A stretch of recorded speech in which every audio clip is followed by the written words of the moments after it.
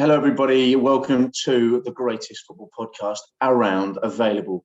We are back, and believe it or not, we're almost on the same time zone, me and Mr. Montague. Good afternoon, Gary. Well, 12:42 on the peninsula, nearly afternoon with you. How's things? Yeah, all right. Yeah, not bad. Yeah, I mean, good to have you on the same continent again. Yeah, how have your journey's been? Yeah, mate, all smooth, almost stress-free, almost. Almost through the COVID bureaucracy, but we made it. So you're back. You're back in the country where you get nice dryness in a bakery. Is that right? Yeah, this show certainly isn't sponsored by Spanish bakeries, but nevertheless, a shout out to our beloved Spain, and that's where the show comes from. Half of the show, at least, comes from today after an absolutely stunning weekend of Premier League action. I can see you're still glowing. That smile hasn't been wiped off your face since the demolition of the Whites at the Emirates. Well, obviously, come on to that in due course, and naturally, we'll set aside an hour for you to enjoy that particular snippet of the show. But obviously, the action kicked off at lunchtime on Saturday, lunchtime European time, of course, between Chelsea and City, a rerun of the Champions League final. And finally, Guardiola got the better of Tuchel. Yeah. What did you make of that game? Well, I mean, I watched most of it, actually, and City pretty much dominated the whole game from what I saw. Yeah, they were Chelsea didn't really offer a lot going forward. They were just completely under the cosh book from City. And really, I mean, it was a deserved result, wasn't it, for City? I mean, they played the better football. I don't really know what. I think when they scored. I don't know what Tuchel's plan was. Maybe his plan was to try and hit him on the break or whatever, but it didn't happen. They had a goal disallowed towards the end, Chelsea, and I think it would have been an injustice if they'd have got a point out of it. The goal disallowed was clearly offside. But yeah, it was pretty comfortable for City. And obviously, I mean, they've got three difficult away games on the trot. Obviously, they've won at Chelsea. They lost last night at Paris, didn't they? And then they've got Liverpool at the weekend. So tricky, but Chelsea's first defeat, and I think it was thoroughly deserved by City, to be honest.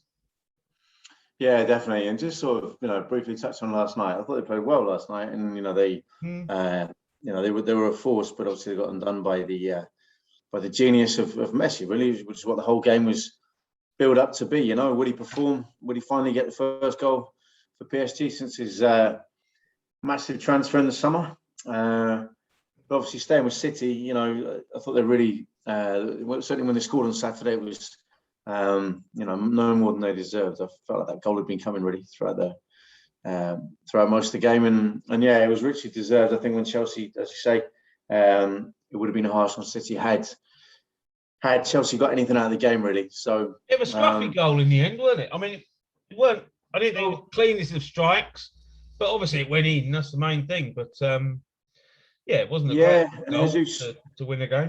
Jesus was very mobile in the box. Made himself a little bit of space, enough to get the shot away, and then of course, fortuitous deflection, not a massive deflection, but enough to take past Mendy, and obviously City, that's a massive win. Obviously a lot of people have built Chelsea up to be a real force this season, which they will be, which they are. But that was the first real test for them, and as you can see, pretty much the whole. I mean, obviously, no one is unbeaten anymore. They are Liverpool. Except Liverpool. Excuse me, Liverpool fans. Excuse me, some of my very good friends, Liverpool fans. Except them. And obviously that was one of the games of the season so far against Brentford, which we'll come on to. But it really was, it was a platter of unbelievable games at the weekend, and while that game was finishing, the Chelsea Man City game, it was a little bit. I didn't think it was the greatest watch. I mean, like I said, I thought City played well and deserved to win, but I wouldn't say I sat down and thoroughly enjoyed the game, unlike other games that went on at the weekend. Obviously, the second early kickoff was Manchester United against Aston Villa. Now, I didn't realise, but the kickoff was brought forward because there was some concert in Manchester. I think. But anyway, that's why it was. But we couldn't work out why there was two, could we, at the same time? But it was a. Yeah, exactly. We were looking at it. It was strange, but obviously you know more about that than I do. And ultimately, in a footballing sense, yeah, I wish it was one of those games where we could just start again and try again, because it was, yeah, frustrating again. Another frustrating watch. We talked about it in the show the week before the weekend. And did you watch it all? You know, hey? Did you watch the whole game? Because I was watching, obviously, City. Yeah, and I mean the only access I had, of course, was City Chelsea, so I was just watching the highlights. And you know, we imposed ourselves, you know, as you'd expect, as we tried, but again, you know, Villa were very good and made it difficult, very well organised. And then the chances that we had, well, you're not going to get a better chance than a penalty. And still scratching my head over that one, because you know when you concede, as we did, around 80 minutes, and you think, we're going to get back in, and then you get a penalty. And obviously Martinez is the Villa goalkeeper. I was just going to say, before you do that, what were your thoughts on Martinez? From my point of view, I thought it was brilliant. I loved it.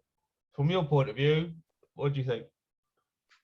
Well, it's all right, isn't it? You've got to accept it. I think. I don't know. I mean, if some people are watching, they don't know what we're talking about. Martinez, he was pointing at Ronaldo, saying, "No, you take it. You take it. You're the best penalty taker." And I think he was just trying to get into Bruno's head, and it seemed. Well, I think he did.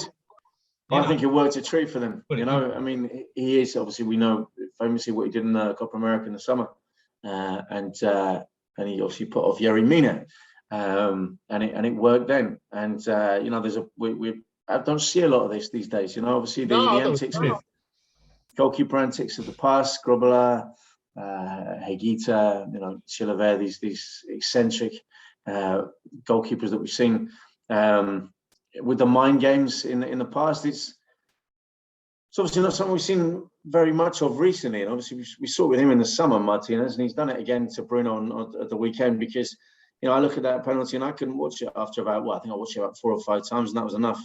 So I got sick of watching it. I couldn't believe that a guy that had taken 21 penalties before, or 22 penalties, missed one, with a certain style that was confident, that was easy on the eye. You know, you enjoyable watching him take penalties, and for him just to put his laces through it the way he did, spoke exactly of what you just said. Really, almost the frustration of Martinez putting him off.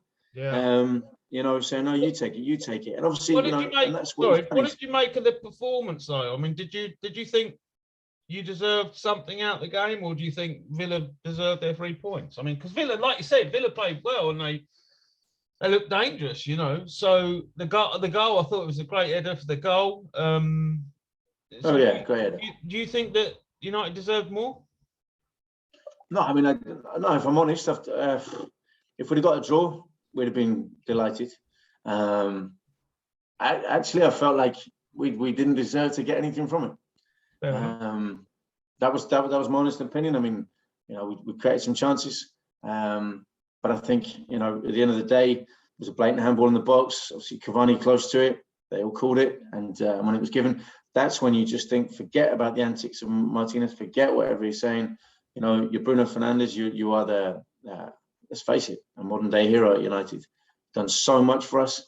Just block all that out, put it away, and get on with the penalty. You know, you've got 4 main areas you can hit the ball, and then you've got a load of other areas either side of that, and you've got the advantage over the goalkeeper.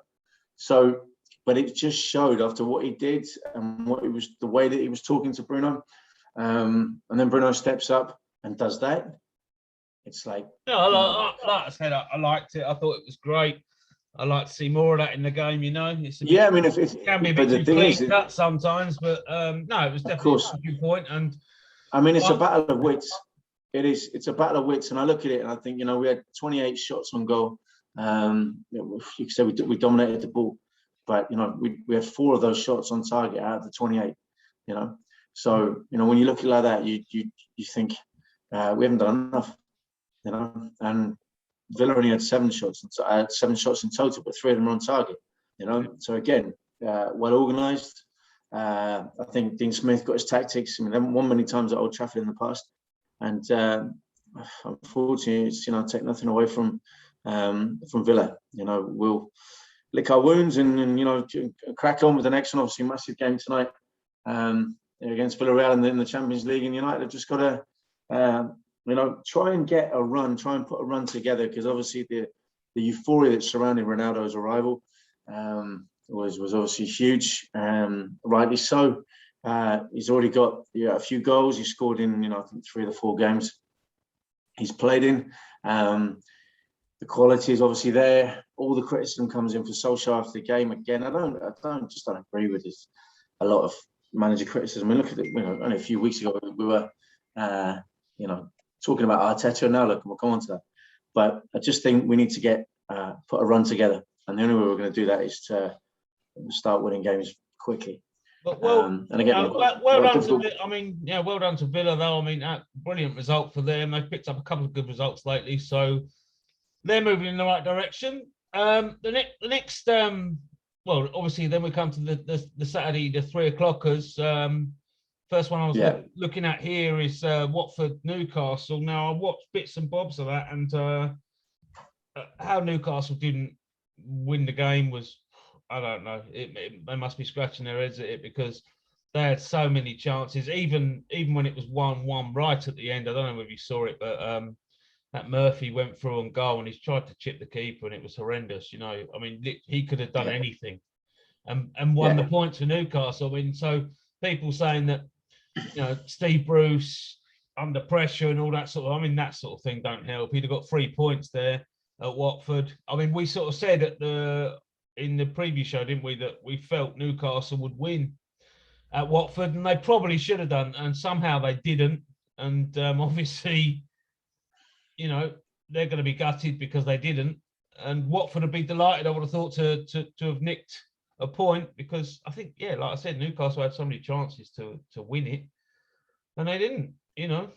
Well, this is the thing. They look at it, and again, the possession was pretty even, but 20 shots on target. 20 shots in total, 6 on target.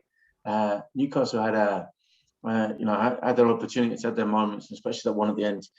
But this is the Premier League, and you've got to take your chances. To look at this as points lost.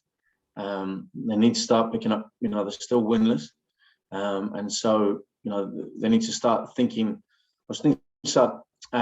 Again, putting a run together themselves to get away from the position they're in. 3 defeats, 3 draws. It's obviously not enough, but at least on a positive note, they are creating. And obviously they look ahead to the next game and think, we just need to turn those draws into wins. But again, more positive, really. I think Newcastle have been in a lot of the games they've played this season. Yeah, they have. I think that the patience is going to wear thin. I mean, like you say, they've played quite well in certain games. They've had a lot of chances in certain games, but they're not taking them chances, and that's just going to heap more and more pressure on the manager. He's not the most popular character anyway, but so. No. I think he's done well, and he's certainly doing well to keep treading water at the moment, because obviously he's not the most popular character around, and I do believe that's harsh for the job that he's trying to do there. In the situation that that exists in Newcastle, it's not exactly been a model of stability. Over the last 2 years, really, the last few years, really, and they'll go to Wolves next week, and they'll need a win. Because, absolutely. Again, 3 defeats, 3 draws, not enough if you want to make an impression. No, absolutely. I mean, as for Watford, decent start really to their campaign. 6 games, 2 wins, 1 draw. It's not too bad, is it? Really? I mean, no, it's not. It's not.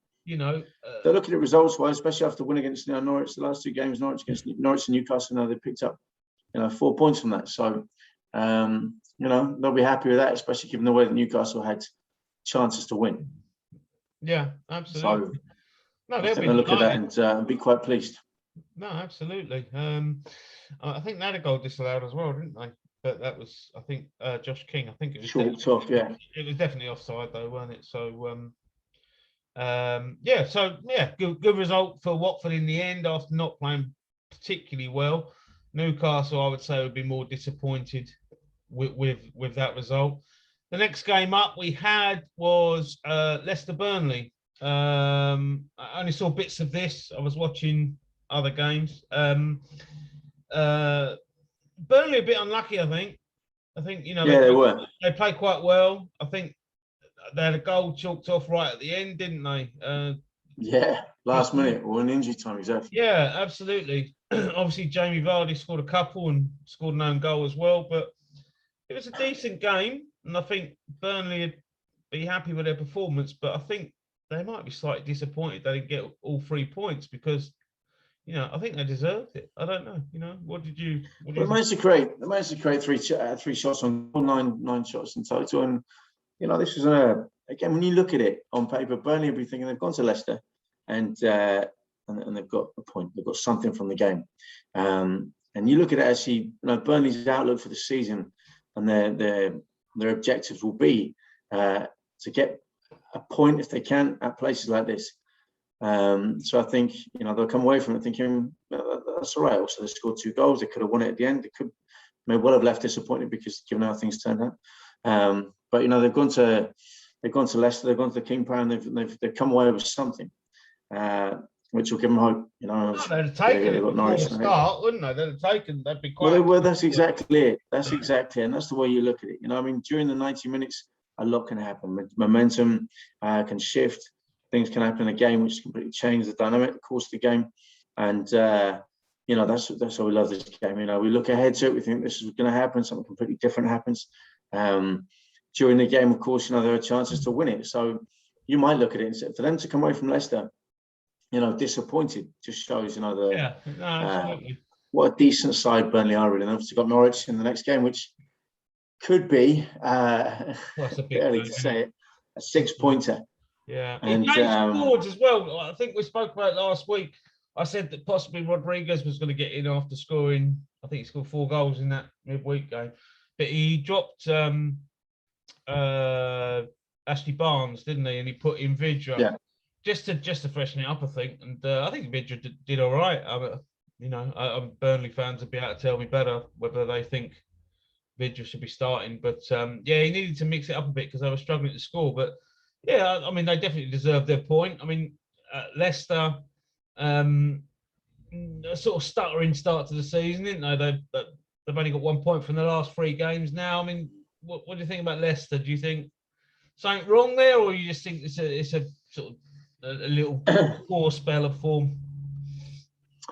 I remember when they, after they won the league and they had their season in the Champions League, it was detrimental almost to their league form. And there was a hangover they always suffered after playing in Europe.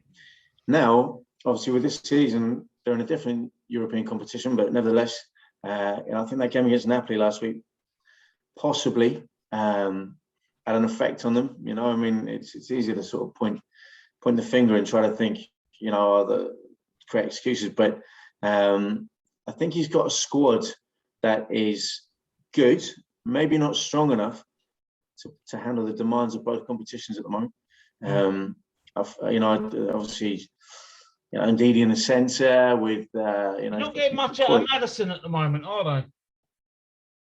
No, they're not. They're not. Absolutely. I look at it and I think what surprised me a little bit as well, with Leicester was the fact that they've got obviously the Zambian guy, Patson Daka, that they brought in the summer from Leipzig, and he's not really featured enough yet. You wonder if if Rodgers fancies him as much as he's obviously playing Ademola Lookman up front as well with Vardy, alongside Vardy. I'm just not sure if he's quite had the returns from the transfers that he's made and the signings that he's made in the summer yet. I think there's no question that the demands of European competition as well can have an effect. The squad is, the average age of that squad is 27, 28 years old, and I don't know, you kind of think he'd be looking to maybe freshen it up a little bit, but add a bit more youth. But then having said that, I would point to the fact that Europe takes its toll. Yeah, and yeah. do you know what I mean? And I think if you're a seasoned competitor in Europe, year in year out, then you can work out how to handle the demands of that. But I think in Leicester's case, they're still getting used to that, and hence probably don't see the best of. I mean, obviously they were 2-1 down until late on in that game, so could have gone anywhere. And of course, Burnley could have nicked it anywhere at the end. So that's why I point the finger. But of course, what do you want? I'm sure Leicester fans want to be in Europe and have those European nights. That's what it's all about. It's just juggling, isn't it? Trying to get the best. That Cornet, I think Cornet. He looks a decent. Yeah, for Burnley. Something completely different for them. I mean, he's not their sort of player, really. You wouldn't have thought. No, he's not. Yeah, he looked interesting. Scored a good is. goal. Well, he's come. Absolutely. Well, the thing is, his history is, he's obviously come from. There's a big money signing from Lyon, and Ivorian, strong, and tall. He's an imposing figure, and I think, as you say, you absolutely hit the nail on the head there. He's not Burnley's typical player, but as a left-sided midfielder, I think he's got a lot to offer. And honestly, it'd be interesting to see him throughout the season how he develops, because obviously it's a big money signing, and he's turned a lot of heads at Burnley, and there's a bit of pressure on him to perform. So we'll see how he gets on. But yeah, he looks like he plays on that the left side, which is interesting. Yeah, that's right. They've got Dwight McNeil, who always looks dangerous down that left side. So I don't know if they're going to try and get one of them to play on the right, to balance things up. But obviously they both can't play on the left, so I don't know how he's going to work that one. But anyway, we move on to. Sorry, go on. Yeah, I was just going to say, I still believe, but it's a good result. So that's a very good result for Burnley. Yeah. And the fact that they could have got more just goes to show how much, potentially they're continuing to overachieve, in my opinion. Yeah. Well, the next game I think was a fantastic result. Leeds 1, West Ham 2. Leeds obviously took the lead, 1-0 up. West Ham looked decent all the way through. I watched most of this game, and obviously they nicked it at the end with Antonio. I think Leeds would be really disappointed to lose again. Although West Ham, they're on a roll, aren't they? And they look a very solid, a solid team, like good team spirit there, and they go right to the end, don't they, West Ham? And a really good result. I think they'll be absolutely delighted with that victory. Well, they've had a good week. They've had a really good week, and I think a lot of positives, obviously, to take from the game at the weekend last week, which they could have drawn against United. Had that penalty gone in at the end for Noble. We've obviously gone and beaten United in the cup, and to have that, those three particular results and the positivity that comes off the back of those results and the way they played, and again, going away to Leeds, and I actually thought they might suffer after their performance during the week, and I thought maybe Bielsa might get his first win. But no, I mean, they still mustered up 20 shots, 7 on target, decent possession.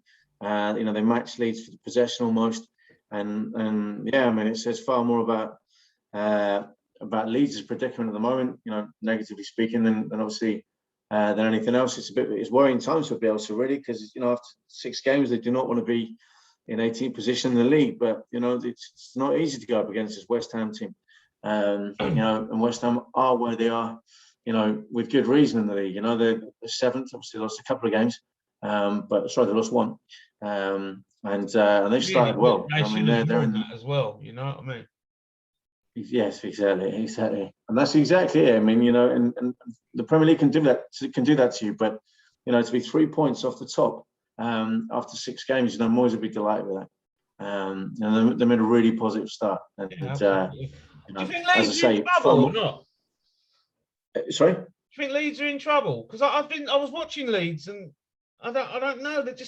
They're lacking something. It's like, I know people keep saying, oh, they're not going to suffer with this second season syndrome thing that people talk about, but I don't know. For me, they're looking a little bit of trouble. I mean, this weekend's game is massive for them. Yeah, I think they have to win this game this weekend. They're playing Watford at home, aren't they? I think, is that right? Watford at home. They are, and then they go to Southampton. Well, they've got Southampton, so and then beat Watford. If they don't beat Watford, questions are now then going to be asked about Leeds. Well, yeah. I mean, they've got Watford at home, so this is this has to be 3 points for them. Yeah, it has to be a win. Exactly, and then they go away to Saints, and just no disrespect to Saints, but that's a game as well. They look at and think, well, we've started pretty badly results wise, and we're 18th in the league. So that game against Southampton, as difficult as Southampton can be at home, playing at their own stadium, it's a game they have to win as well. And then they like you say, I mean, Southampton ain't won a game yet, so that's going to be a must win for them. I don't know, I mean, these games. It's a very unforgiving league, isn't it? I think there's a ridiculous international break coming up the week after this one as well. Sadly, yeah. So, but Southampton, they go to Chelsea this week. So you're probably thinking, well, unless they do put in another performance like the game at Man City, they're going to be wanting to beat Leeds. But anyway, I mean, we're talking about Leeds at the moment. I just personally think that this game against Watford at the weekend is a must win for Leeds. They have to win this, because if they go into the second international break with still no win, there's going to be some pressure on them there. Well, exactly. I mean, obviously, there's talk as well about the second season. We talked about that second season syndrome. Also, there's the added element to the debate about Bielsa and what effect does his methods, his tactics, and his whole mentality, philosophy have on the team, after a couple of seasons. And this is obviously the longest he's been at one particular club to be able to employ his strategy. And you look at the table and you say, well, there's a problem. But actually, when you look at some of the results, again, some of these results, these are games that they could have won. I mean, West Ham won the game late on Saturday. They could have picked up a point in that game. Leeds had some chances and they could have actually won the game. I mean, obviously, 15 shots on goal, almost the same number on target as West Ham had. That doesn't suggest crisis, I still felt watching it. I still felt that West Ham looked the more dangerous team, and if anyone was going to win it, it was going to be West Ham. So sure. It just shows how far West Ham have come. To be honest, I mean, they're really good to watch. They're putting in some great performances, and moving in the right and it's easy.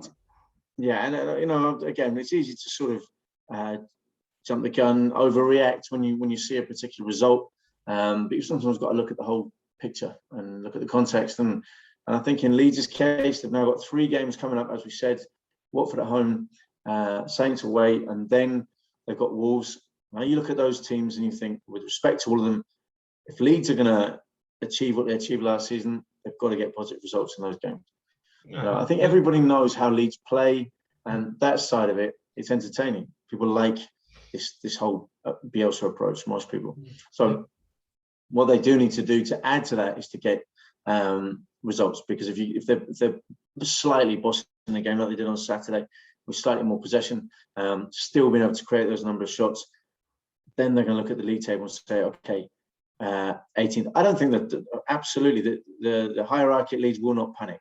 I think they'll look at it and they'll say, well, we like the philosophy, we like the style. We're in most of the games, we're only losing by the minimum in most cases if we are losing, but they're 18th in the league and they could climb out of the bottom 3 easily enough, and they could find themselves on 15th or 14th by the end of the week. No, still early. So it's not panic stations. You look at the form and you say, okay, that's poor.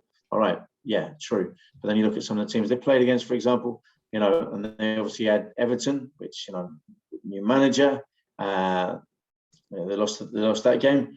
Well, sorry, they drew that game against Everton, of course, then against Burnley, and everybody knows that Burnley not an easy team to play against. Okay, and then obviously they lost the game against Liverpool. They lost against United on the home day on the first game of the season. So, and they've lost against a very, very good West Ham team, which are very well run. The thing is, you're saying a lot of losses, So it's like, but I mean, anyway. Sure, but then I look at that and I say, but if you're going to lose to Liverpool, you're going to lose to United, and you're going to lose to West Ham, that's all right. You know, I mean, those are mitigating circumstances for me. You know, when you look at this Leeds team are here to entertain, but they're not going to finish in the top 6. You know, and of course, you know, they're building on the resources they've got, but I wouldn't look at that as being a crisis. I mean, look at the games that they've drawn as well, like against Everton, example. They could have won that game potentially, and then you look at the next 3 games and you say, okay, you can't lose to Watford, you can't lose to Southampton, and you can't lose to Wolves. But we'll see, won't we, after them 3 games? Because I think personally that they might be in a little bit of trouble. Exactly. And again, it's a shame. We talked about it before. It's a shame that, you know, it's a shame the international break comes in once again and interrupts things. And especially, you know, again, this one I was listening to a show which was, you know, talking all about the farce of the South American situation as well. That's going to be another repeat situation. It's just waiting to happen. It's a mess. Yeah, it's a mess. Something needs to happen to sort out this qualifications process for next year, for the World Cup and the international tournaments, because just put the names in a hat. But anyway, I think so.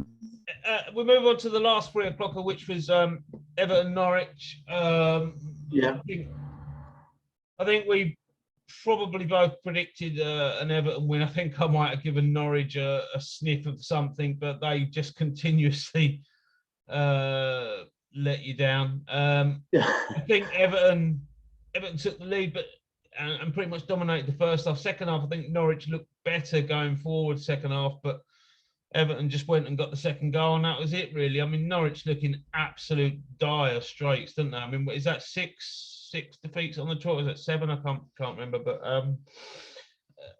I mean, they've got to pick up something soon, didn't they? Because they're in big trouble. Yeah, I mean, obviously, when we look about, you know, look a month ago, the situation was very, very different. Obviously, they were languishing in the same area as Arsenal, but now look at where Arsenal are, because they've done what we thought they probably could do, and what they've gone on to prove they can do. Whereas Norwich were around them. Obviously, when the Norwich Arsenal game came up a few weeks back, it was kind of like it was a basement battle. But you know, Arsenal have left Norwich in their wake, and Norwich continue, as you say. I mean, that's 6 defeats. I mean, that is similar to what Sheffield United produced. 2 goals as well, you know. I mean, well, this is it. You know, 16 they got against Burnley this weekend as well, don't they? I mean, it's massive. I mean, they've got. Yeah, it is. Yeah, it is. It's a 6 points already. You know, you look at this game, and you know, 2 goals in favour, 16 against for Norwich. I mean, it looks bleak. It looks really bleak. Similar though in a situation not too dissimilar to Leeds, in the sense that the manager is popular, the manager is well liked. Took a long time for Chris Wilder to get to lose his job last season at Sheffield United. I can't see this happening with Norwich in the same way, but absolutely essential that they pick up. Yeah, it's massive. It's massive, because a point isn't going to really do either team anything. I mean, I'm just looking at it there. They've got, obviously they go to Burnley. I think we mentioned this last week. Then they have Brighton at home. Then they go to Chelsea. And then they play Leeds. I mean, how many points can you see them picking up from them 4 games? 1. 1 point. So Burnley away, Brighton at home, Chelsea away, Leeds at home. You can see them picking 1 point up. Yeah, because honestly, I look at it and I say, you look at the way that, for example, Brighton comes to mind. Look at, Potter. I mean, Brighton are a decent side, So you look at, in those 3 games you just mentioned, of those 3, which are most likely to yield any rewards for Norwich? And I think, the game against Brighton on paper is the one that they'll think, right, that's the game that because we can't expect to go and get a lot of Chelsea, and obviously they've got the game against Burnley, which is massive. But I don't know. I mean, the game that I actually see them getting anything from is the Burnley game, and it's a point. But I could be completely wrong. Well, we'll see. They're in a precarious situation. They're in big trouble. As for Everton, they're plodding on, didn't they? 4 wins from the first 6. Nothing. I wouldn't say anything spectacular at the moment. That you don't look at Everton and think, wow, they're really going to push this season. Sure. They've not had the. I would say they've not had the toughest start to the season, as in fixtures. I mean, they go to Man United this weekend, don't they? So we'll probably learn a little bit more about Everton this weekend in the early kickoff at Man United. So, but I mean, I'm sure that at the moment their fans are probably okay. You know what I mean? They expect probably where they're expected to be with regards to the fixtures they've had. So, yeah, I mean, Everton, what do you make? Same old Everton, or do you think there's going to be more to come from this season? Or they're not exactly, setting the world on fire. We said that before. Maybe he's got a longer plan. That we're not quite. That we haven't seen yet. Obviously, they've lost one game in 6. I mean, it's not. You know what I mean? You'd be happy with that at the start of the season. Yeah, exactly. And I don't think as well that when you look at it, it's we haven't seen exactly what his plan is yet. I think. I mean, you say in terms of results, he's got decent results enough to to put them in a position 5th in the league. They've managed to get. They've got 3 wins. Well, they've got 4 in total. 3 of the last 5, they've picked up wins, and that's solid. And they'll look at the table and say, it's been a good appointment. But I still don't believe that Benitez has had his full squad to choose from. And I still think there's a little bit more to come from Everton. And I mean, I particularly like them when 2 years ago, when Everton team 2 years ago, and obviously with Ancelotti last season, they were a sort of team in transition, building, and then he obviously left, and then a new manager comes in again. Admittedly, it's a manager with a lot of pedigree, a lot of experience, and a history of picking up and putting good teams together. I still don't think we've seen the best of Everton yet. Well, like I said, this weekend we're going to see what Everton are made of at Old Trafford. That should be a bit more of an idea of where they are, where they're going, etc. Because if they get a positive result at Old Trafford, then I think that's they could look forward with optimism. We've got the. And honestly, sorry, I'm just conscious of time. The last Saturday game was Brentford Liverpool. Now I don't know whether you managed to watch it, but it was a cracking game, and once again, Brentford really impressed me, the way they play and the way they fight for each other and the chances they create. I think they're absolutely outstanding. They're playing like a team in Liverpool who just went to Porto last night and stuck 5 in at Porto. And I can't remember last time Liverpool conceded 3 in the league. So brilliant. Well, refreshing is the word, isn't it? I mean, a team like this, obviously we had Leeds last season that came up and had their brand of football. And they finished mid-table, which was an incredible success for them.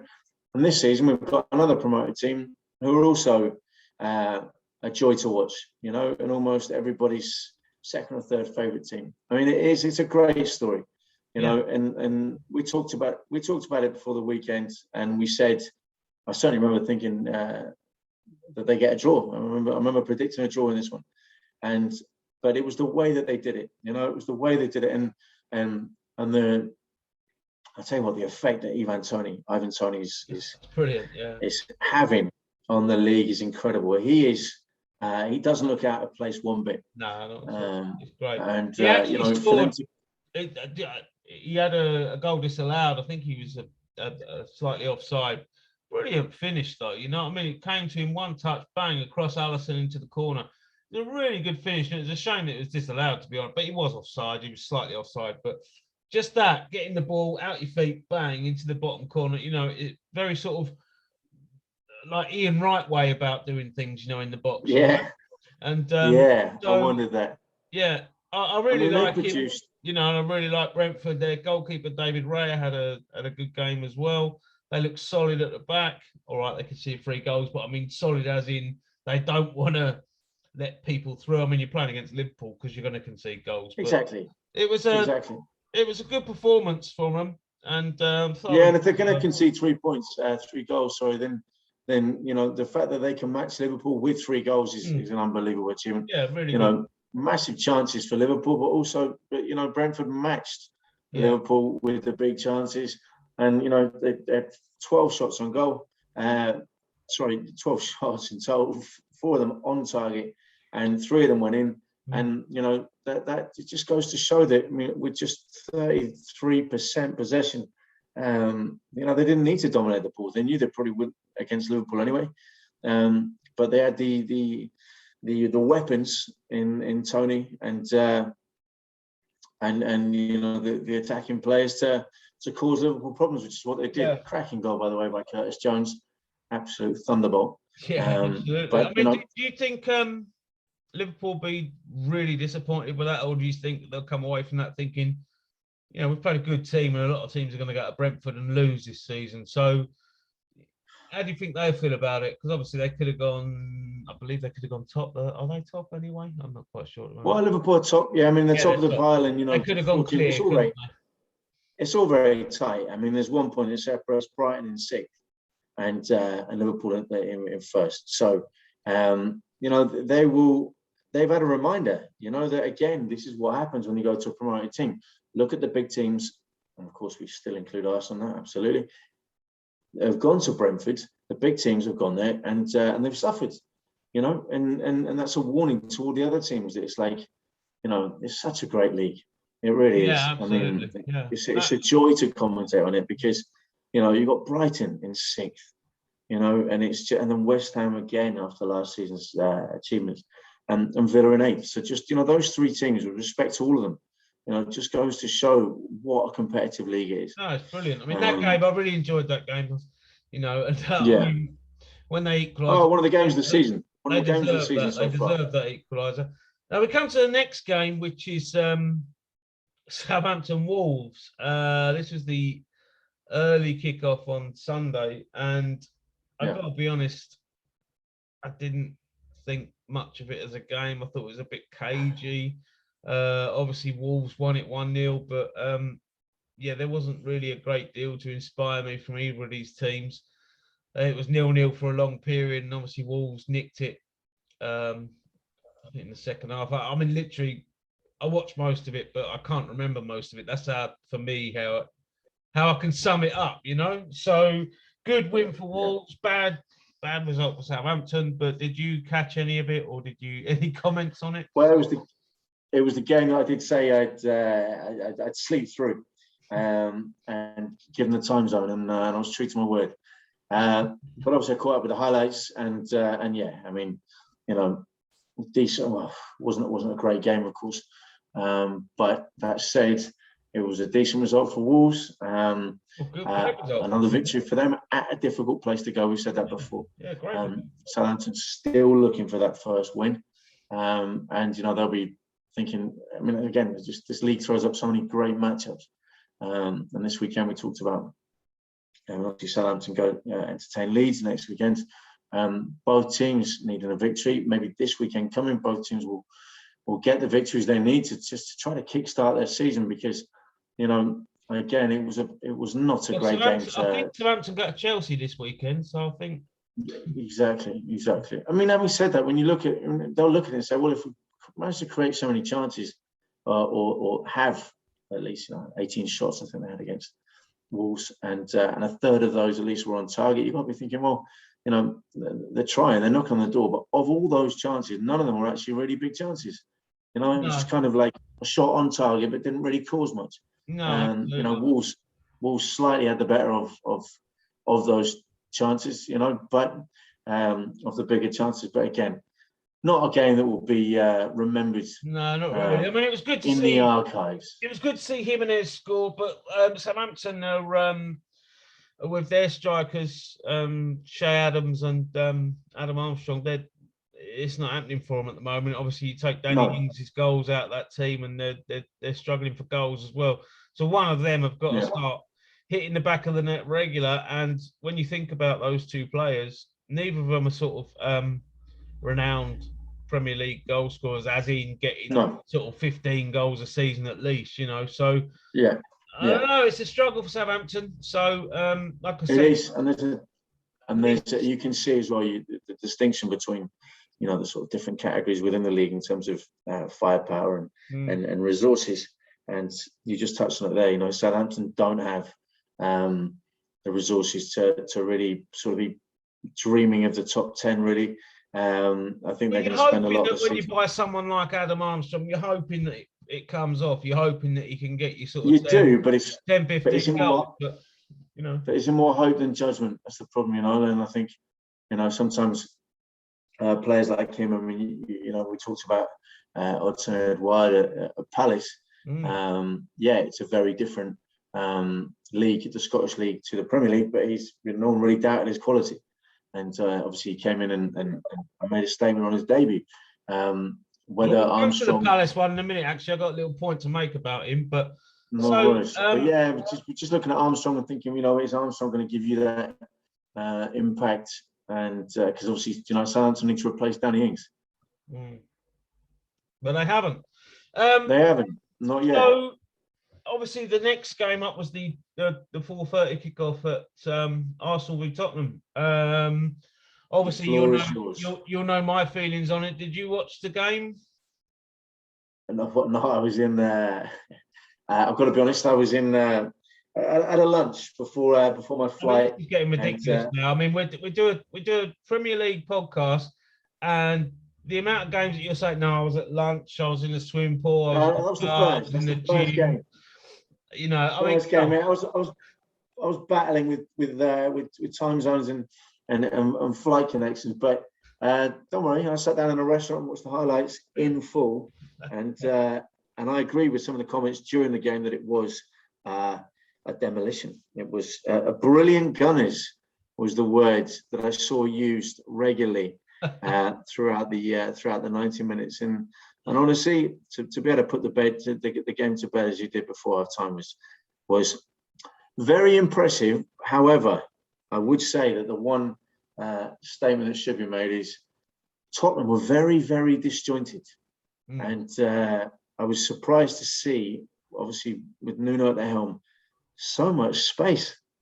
And I watched it again. I thought, is this Arsenal just absolutely tearing Spurs apart, or every time they try to do something, Spurs are just opening up the field to them and saying, come on to us. We're going to give you the freedom of the park. I don't know. I mean, that was my impression, but take nothing away from Arsenal. And we talked about it a lot recently, that they needed a result against Norwich, they got it. They needed a result against Burnley, they got it.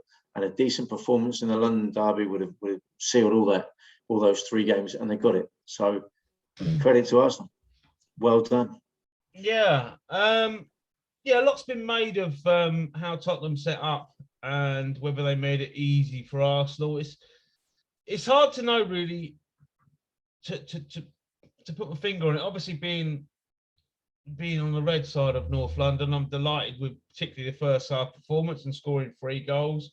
When you look at the game after, there were massive spaces in midfield that Tottenham had left. I believe that what they were trying to do, from what I could see, was go quite long ball and try and look at our defence, thinking it was going to be the weak point. Because if you look, when the centre halves of Tottenham had the ball, they pretty much had 5 players up against our defensive line. And, Dele Alli and Ndombele with the 3 strikers, they were all pushed right up. So the idea was to bypass the midfield and try and win the ball in the air up front. As it turned out, the Arsenal defenders won most of the aerial challenges. So when they were winning the ball, they were heading it down. Sorry. They were heading technical issues. Now, Arteta asking me some advice. Arsenal defenders were winning the ball, which Tottenham probably didn't expect to happen, but they were winning the ball, heading it down into midfield, and the space in midfield for Partey, Odegaard, Smith Rowe was massive, and Arsenal exploited that in the first half. Obviously, Tottenham changed that slightly in the second half and made it more of a game, but the game was done by then, 3-0 at half time, although we spoke during the game and I said, well, 3-0 at half time with Arsenal's never done. But, so I think Tottenham tried a tactic, it didn't work, and Arsenal took advantage of it, basically, Yeah, and credit to them. I mean, I do think, there's been some solid performance as well from the Arsenal players. I mean, Emil Smith-Rowe we mentioned. Obviously, Aubameyang when he's on it. is a real threat, of course. And a word on the defence as well. Although Spurs got a consolation goal through Son. I like what's happening, and we can talk about that. In a far more positive manner than we could a few weeks ago. That Ben White is showing signs that Arsenal paid all that money for him with good reason. Obviously, Gabriel is the one that stands out for me as being the player who really kind of knits everything together and solidifies the defence, really. He's proven to be a really good signing. And of course, Tomiyasu we mentioned. So, really positive signs for Arsenal. I mean, they find themselves banging mid-table now, which after 6 games might not sound great, but after the first 3 games, that's exactly where you want to be. After what happened in the first 3 games, I should say. So, positive. Again, you're going to benefit this week from no European distractions. Spurs are in Europe, obviously, Thursday themselves. So obviously, your game of the weekend, he's been able to, approach that with fresh players, fresh mindset. You've got to be happy. Well, yeah, I mean, you can't ask for more than, when it was looking pretty desperate after 3 defeats. You can't ask for more than 3 wins. And no, exactly. I explained the Norwich game weren't a great performance, but we needed the result.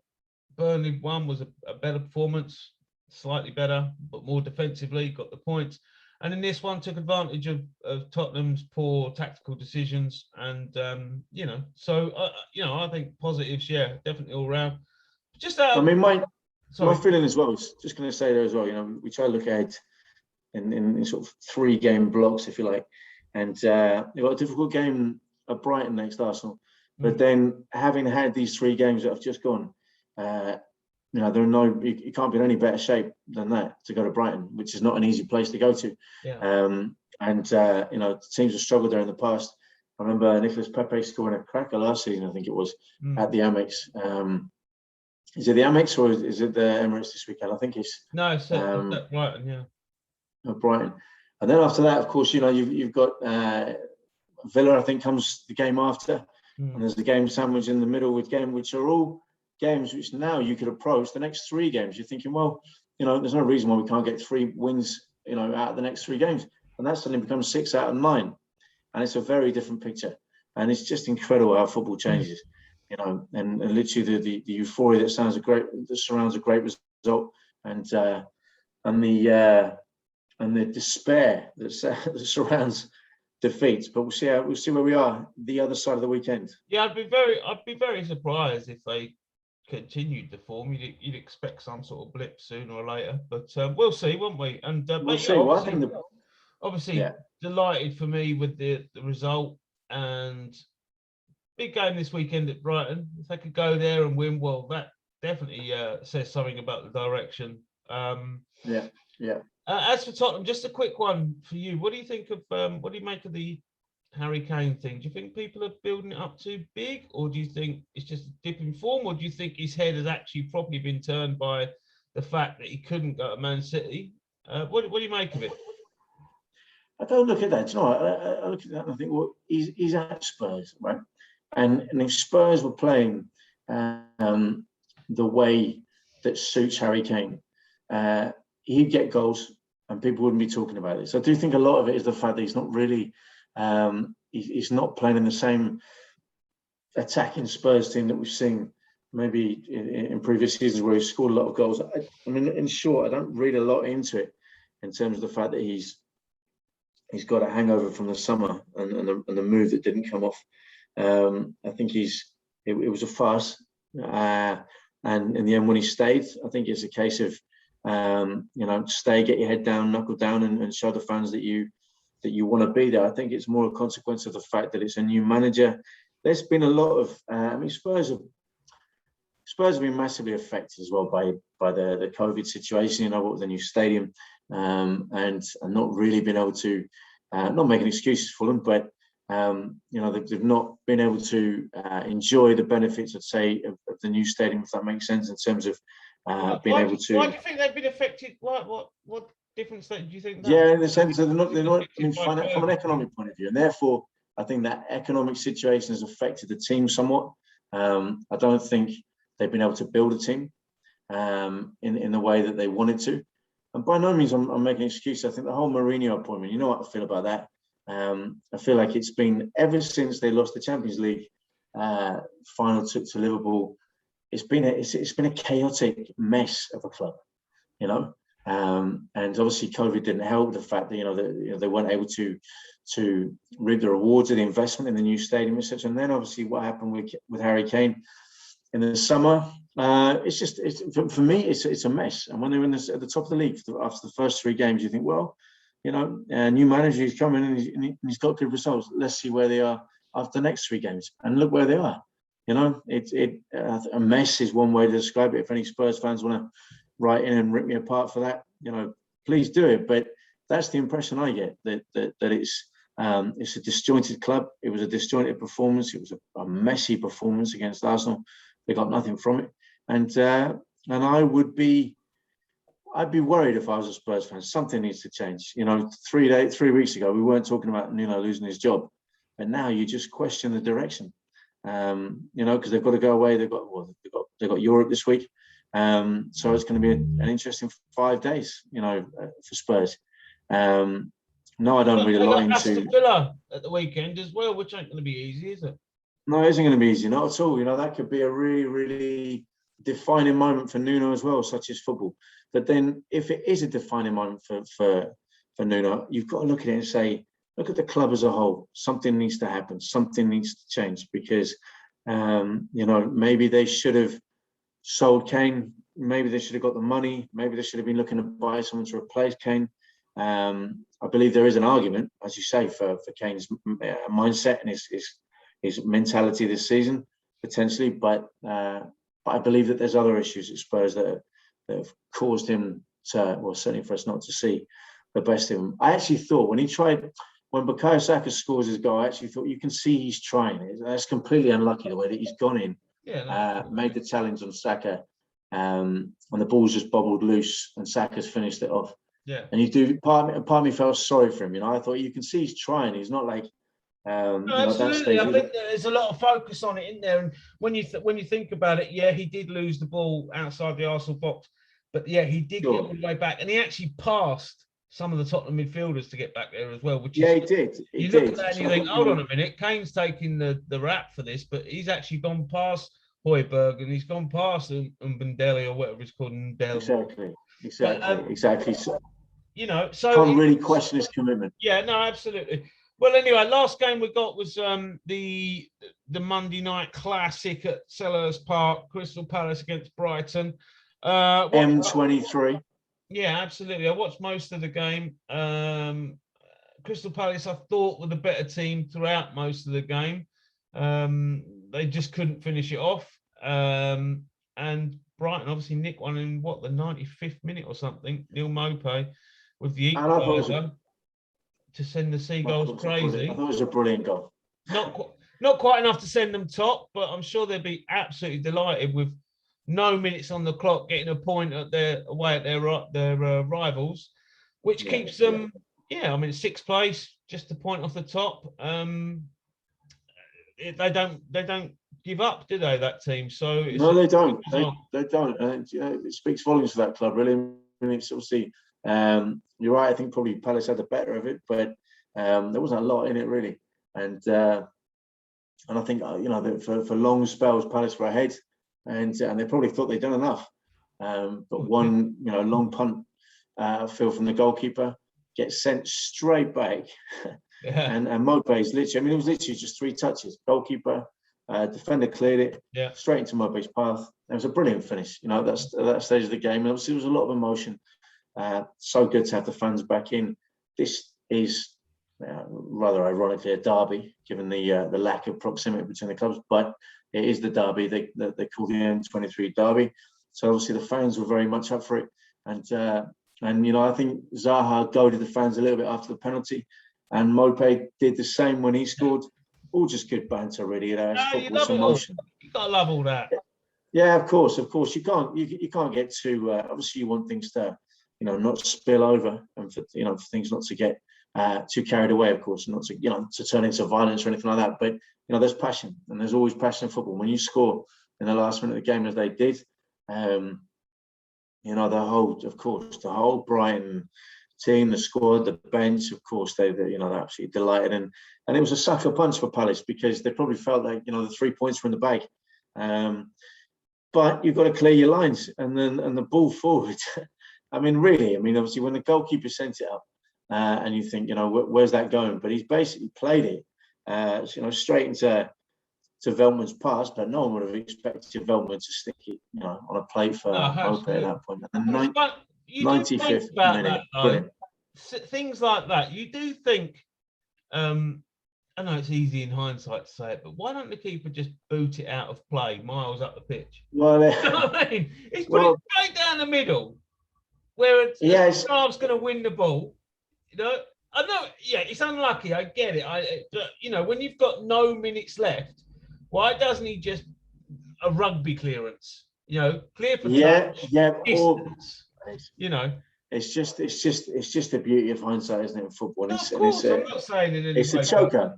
Yeah. It is a choker. How many times do you think I've looked at Bruno's penalty and thought, "What are you doing?" There's all those options within the goal that you can shoot at, and you just blasted it over the top. And again, we talked about Martinez and his influence there, but you keep yourself calm, level-headed, pick your spot and hit it. So the number of times I've thought about that after thinking we could have got a point from the game and remained unbeaten this season. But such is football, yeah. The goalkeeper will probably look at that and think, why did I do that? But nevertheless, great way to finish the Premier, the EPL platter that we were offered this weekend. Yeah. Some brilliant games. Obviously, we're just a couple of days away from the next batch. Absolutely, yeah. So we'll be back with the preview show of the week 7 or round 7 fixtures before we go on a little international break. Absolutely, we'll be looking ahead to the games at the weekend. Obviously, the headliner is obviously Liverpool's hosting of City on Sunday. But yeah, look, can't wait to get stuck into that at the weekend, and obviously the preview show Friday, just a couple of hours away. Okay, well, good talking, and we'll speak soon, and let's see how tonight's football goes. Enjoy, mate. Everybody have a great couple of days until we see each other again soon. Will do. See you later. Cheers, mate.